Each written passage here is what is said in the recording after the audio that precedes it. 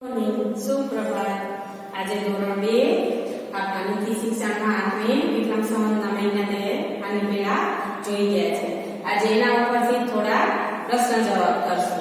વિક્રમ સંવતના મહિના એટલે ગુજરાતી મહિના, જે આપણે યાદ રહેવા જોઈએ કે આપણે ગુજરાતી છીએ તો આ વસ્તુ તો આપણે આવડવી જોઈએ। આ તમને મેથ્સમાં અને ગણિતમાં પણ કામ આવશે અને એની સાથે સાથે આપણે આમાં શીખીએ એટલે આપણે બરાબર યાદ રહી જાય। તો પેલા 12 મહિનાના નામ જોઈ જઈએ। કાર્તક, માગશર, પોષ, મહા, ફાગણ, ચૈત્ર, વૈશાખ, જેઠ, અષાઢ, શ્રાવણ, ભાદરવો ને આસો। અને તમને નંબર પ્રમાણે પણ એ વસ્તુ આપેલી છે કે પહેલો મહિનો કયો, બીજો મહિનો કયો, ઈ જ પ્રમાણે પ્રશ્ન છે। તો વિક્રમ સંવત પ્રમાણે મહિનાનો પહેલો મહિનો કયો આવશે?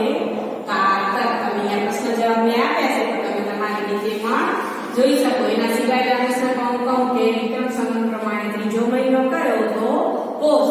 છઠ્ઠો મહિનો કયો? તો કે ચૈત્ર। નવમો મહિનો કયો? તો કે અષાઢ। અષાઢ પહેલા કયો મહિનો આવે? તો કે જેઠ।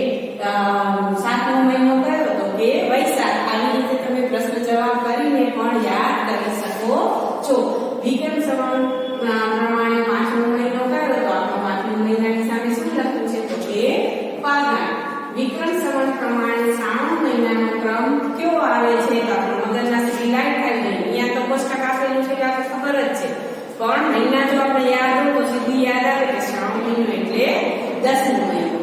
જેઠ મહિનાની તરફ પહેલાનો મહિનો કયો? જેઠ પહેલા શું આવે? તો કે વૈશાખ। વિક્રમ સંવત પ્રમાણે વર્ષનો છેલ્લો મહિનો કયો? જેની રીતે પેલો કાર્તક છે તો છેલ્લો કયો આવશે? આપણો આસો મહિનો। એ આપણે ઝડપથી યાદ રહી જશે। વૈશાખ મહિનાની તરફ પહેલાનો મહિનો કયો આવે? તો વૈશાખ પહેલા કયો છે? એ ચૈત્ર મહિનો। મહા મહિનાની તરફ પછીનો મહિનો કયો આવે? તો કે ફાગણ મહિનો। એવી જ રીતે અહીંયા કોઈ પણ વસ્તુ કહી શકે કે 11મો મહિનો કયો? તો કે ભાદરવો મહિનો। ભાદરવા પછી કયો આવે? તો કે આસો। ભાદરવા પહેલા કયો આવે? તો કે શ્રાવણ।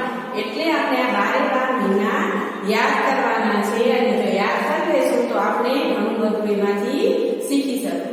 ઓકે, ઠીક।